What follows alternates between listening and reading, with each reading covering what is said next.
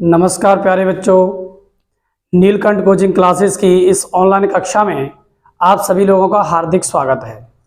तो प्यारे बच्चों, पिछली क्लास में हमने अभाज्य संख्याएं क्या होती हैं इसके बारे में यहाँ तक क्लियर कर लिया था। अब हम लोग इससे आगे क्लियर करते हैं। उम्मीद है संख्याएं इस क्लास में पूरी तरह से समाप्त हो जाएंगी। तो नेक्स्ट संख्या आती है आपकी सह अभाज्य संख्याएं, इंग्लिश में बोलते हैं को प्राइम, शॉर्ट में लिख दिया नंबर्स। ओके, इंग्लिश में क्या बोलते हैं? सह अभाज्य संख्याएं। डेफिनेशन लिखेंगे इसकी हम, वे दो संख्याएं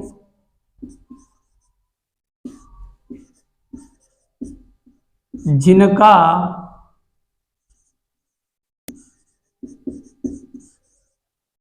उभयनिष्ठ गुणनखंड, जिनका उभयनिष्ठ गुणनखंड अर्थात मासा, उभयनिष्ठ गुणनखंड अर्थात मासा, यानी दो संख्याएं होंगी, उनका उभयनिष्ठ गुणनखंड या उसका मासा एक हो। वे दो संख्याएं जिनका उभयनिष्ठ गुणनखंड एक हो तो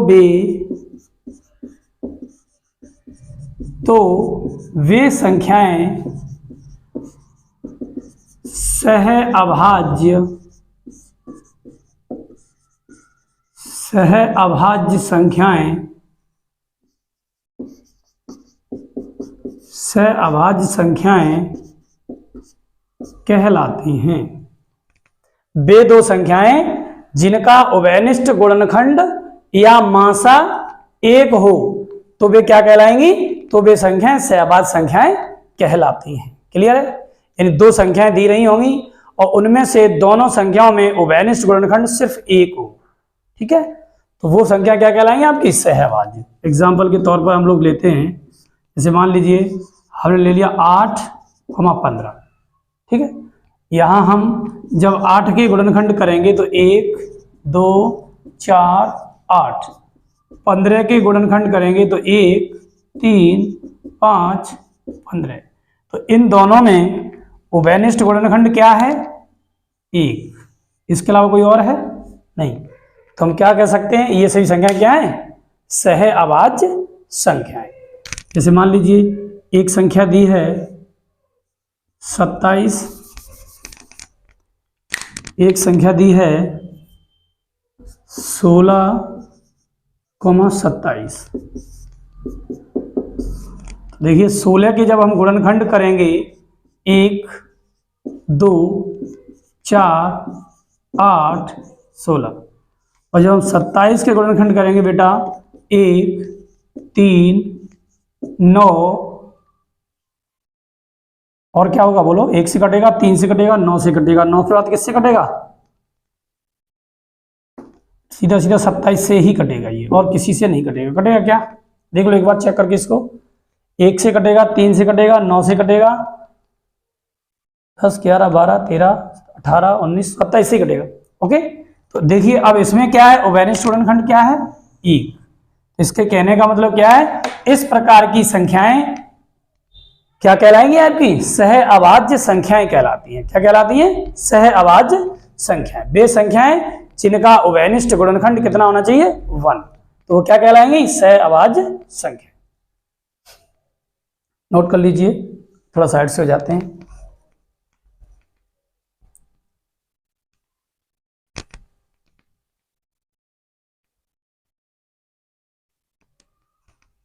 चलिए, नोट कर लिया होगा आप लोगों ने। आगे देखते हैं। अगर नोट करने में किसी बच्चे को दिक्कत आ रही हो ना, तो क्या है, वीडियो को वहीं समझ के और पहले समझ लिया करो, फिर इसको रोक के वहीं और फिर नोट कर लो आराम से। ठीक है ना?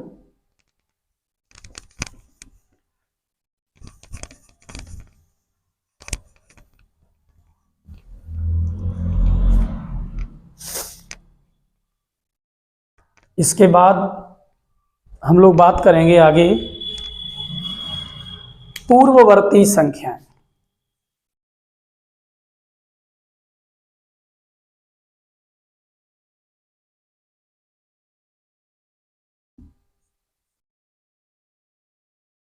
पूर्ववर्ती संख्याएं, देखिए पूर्ववर्ती संख्याएं क्या है? वे संख्याएं जो किसी भी संख्या के ठीक पहले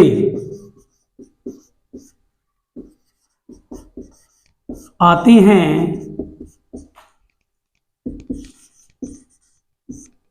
पूर्ववर्ती संख्याएं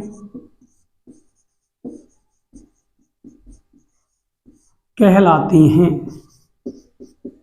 क्या? वे सभी संख्याएं जो किसी भी संख्या के ठीक पहले आती हैं पूर्ववर्ती संख्याएं कहलाती हैं।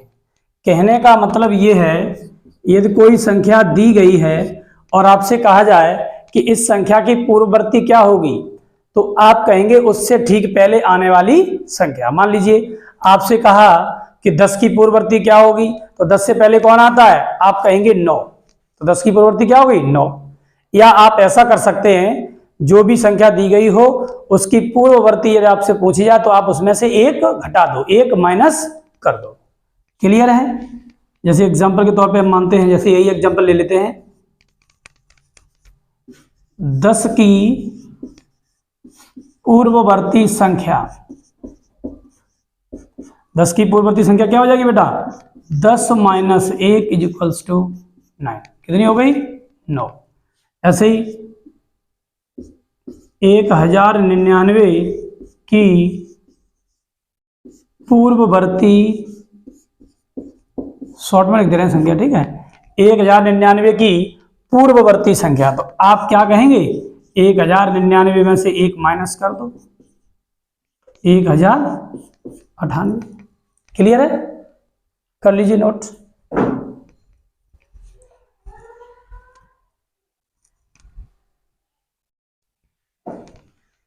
चलिए इसको नोट कर लिया आपने। वीडियो को रोक के आप आराम से इसको नोट कर सकते हैं।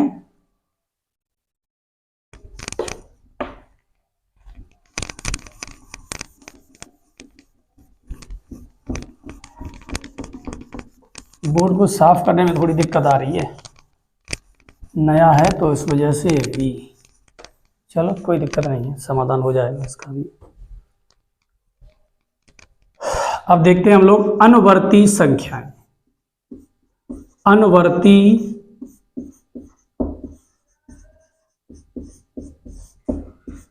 संख्याएं, अनुवर्ती संख्याएं। अनुवर्ती संख्याएं इंग्लिश में इसको बोलते हैं सक्सेसर, और पूर्ववर्ती संख्याओं को बोलते हैं प्रेडिसर। ठीक है, तो वे सभी संख्याएं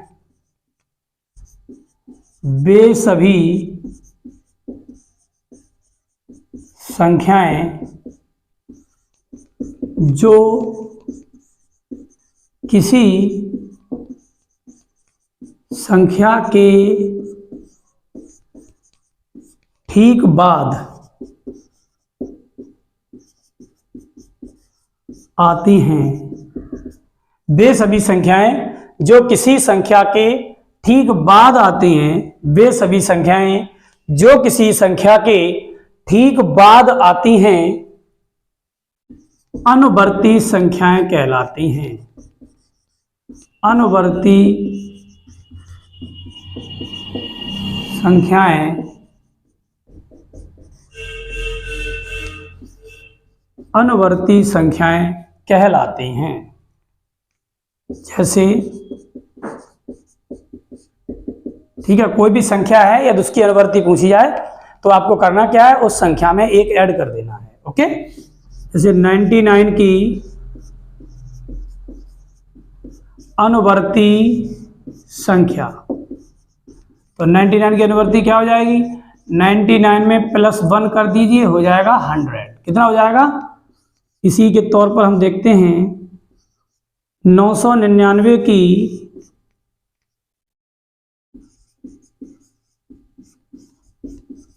अनुवर्ती संख्या, 999 की अनुवर्ती संख्या क्या हो जाएगी बेटा, 999 में +1 ऐड कर दीजिए तो हो जाएगा 1000।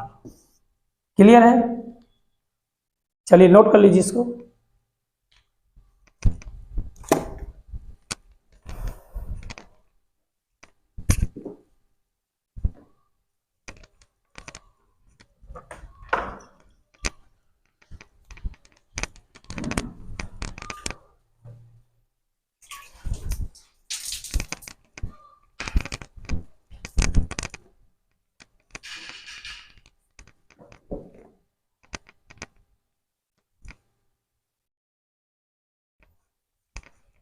नोट कर लिया होगा, चलिए इसको हम साफ कर देते हैं।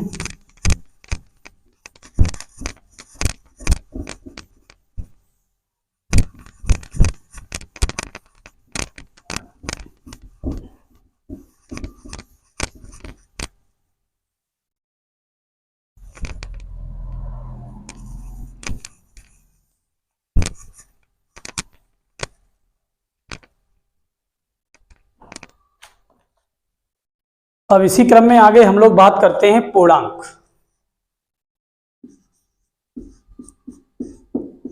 जो हमने परिमेय संख्याओं की चर्चा चल रही है, परिमेय संख्याओं में संख्याएं बताई नहीं, उसमें ये लास्ट है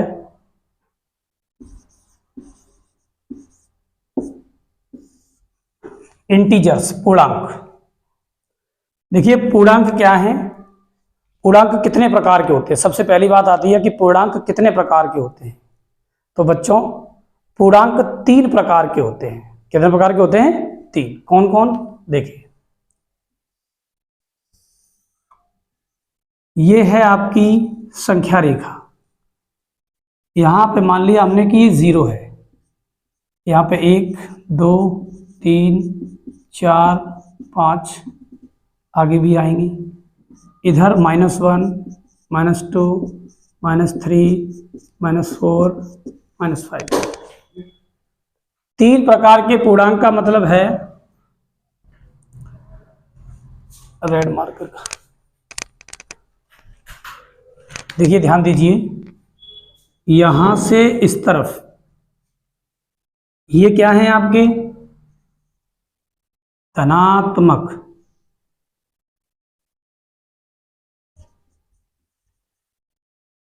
ये क्या है बेटा, धनात्मक पूर्णांक। और यहां इधर इस तरफ ये क्या है, ऋणात्मक पूर्णांक।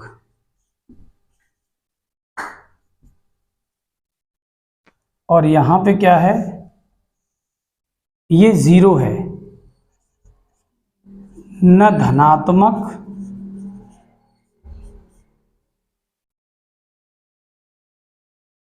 और न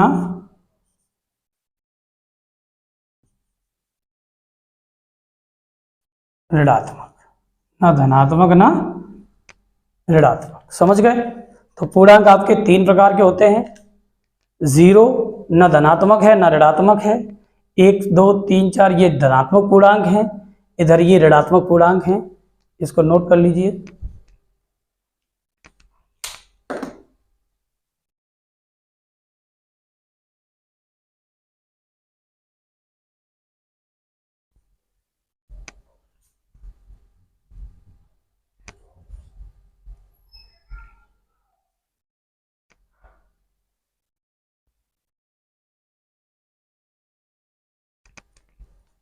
चलिए नोट कर लिया होगा आप लोगों ने। अब हम लोग आगे बात करते हैं। तो हम लोगों ने 2 प्रकार की संख्याओं के बारे में पढ़ा, वास्तविक संख्याएं और काल्पनिक संख्याएं। वास्तविक संख्याएं काल्पनिक संख्याओं में वास्तविक संख्याओं का डिवाइडेशन क्या है वो भी पढ़ा, परिमेय अपरिमेय के बारे में पढ़ा, परिमेय संख्याएं और क्या क्या हो सकती हैं उनके बारे में भी हम लोगों ने डिटेल में पढ़ा। तो यहाँ से आपका संख्या वाला जो टॉपिक था, वास्तविक संख्या वाला जो टॉपिक है आपका फर्स्ट चैप्टर का, तो उसमें कुछ जनरल बातें आपको बतानी थी। तो वो जनरल बातें आपकी पूरी तरह से क्लियर हो गई हैं। एक बार इसको अच्छे से सभी वीडियो को देख लीजिए और अच्छे से रिवाइंड करके बढ़िया सा नोट्स बनाइए एक कॉपी में और उसको अच्छे से तैयार करिए, ठीक है। इसके बाद हम लोग अब अपनी एक्सरसाइज जो क्लास 10th चैप्टर नंबर 1 की जो फर्स्ट एक्सरसाइज है 1.1, वहाँ से नेक्स्ट वीडियो में स्टार्ट करेंगे। और एक चीज़ हम आपको बताना भूल गए, वहाँ ध्यान नहीं रहा हमें उस समय चर्चा करने का। हमने भाज्य और अभाज्य संख्याओं की बात की थी, तो वहाँ पे एक क्वेश्चन बन जाता है कि एक भाज्य संख्या है या अभाज्य संख्या है, ये एक क्वेश्चन बन जाता है। तो हम लोगों ने क्या पढ़ा था, भाज्य संख्याएं वे होती हैं जिनके 2 से अधिक गुणनखंड हो, और अभाज्य संख्याएं वे होती हैं जिनके केवल 2 गुणनखंड हो। अभाज्य संख्याएं वे होती हैं जिनके केवल 2 गुणनखंड हो। अब देखिए एक बार एग्जाम्पल के माध्यम से हम आप लोगों को यहां बताना चाह रहे हैं, वहां छोड़ दिया था, आप इस बात को वहीं नोट कर लेना। ओके, 1 3 1 3 4 1 2 4 5 1 5 और 6। इस चीज को आप वही भाज्य अभाज्य की वहां जब नोट करो ना तो इसको नोट कर लेना। अब ध्यान दीजिए, जैसे 1 के कितने गुणनखंड हैं, केवल 1 है। अब अभाज्य संख्याएं कहती हैं कि केवल 2 गुणनखंड हो। अभाज्य संख्या क्या कहती हैं, केवल 2 गुणनखंड हो, तो ये तो हो गई अभाज्य। और जिनके 2 से अधिक गुणनखंड हो वो हो गई भाज्य। अब देखिए बेचारे एक के पास ना तो 2 गुणनखंड हैं ना तो 2 से ज्यादा हैं, केवल 1 गुणनखंड है, इसीलिए एक जो है ना तो भाज्य है और ना ही अभाज्य है। यहां लिख देना, ना भाज्य और ना अभाज्य। ओके, ये वहां भाज्य अभाज्य संख्या क्लियर कराई तो थोड़ा ध्यान से उतर गया था, तो इसलिए हम उसको नहीं बताए। तो कोई बात नहीं, इसको वहीं आप लोग नोट कर लें अपनी नोट्स में। तो चलिए बच्चों, आज का ये सेशन हम यहीं समाप्त करते हैं। आशा है कि संख्याओं से संबंधित ये टॉपिक आपको अच्छे तरीके से क्लियर हो गया होगा। फिर भी यदि किसी बच्चे को समस्या है तो वो कमेंट के माध्यम से अपनी समस्या से हमें अवगत कराए, जिससे कि हम उस बच्चे की समस्या का समाधान कर सकें। तो ठीक है, ये संख्या का टॉपिक क्लियर हो गया बच्चों।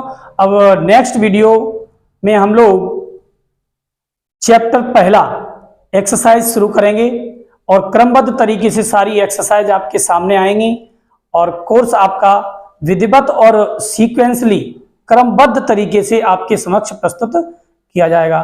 तो आज के इस सेशन में इतना ही। तो ठीक है दोस्तों, धन्यवाद।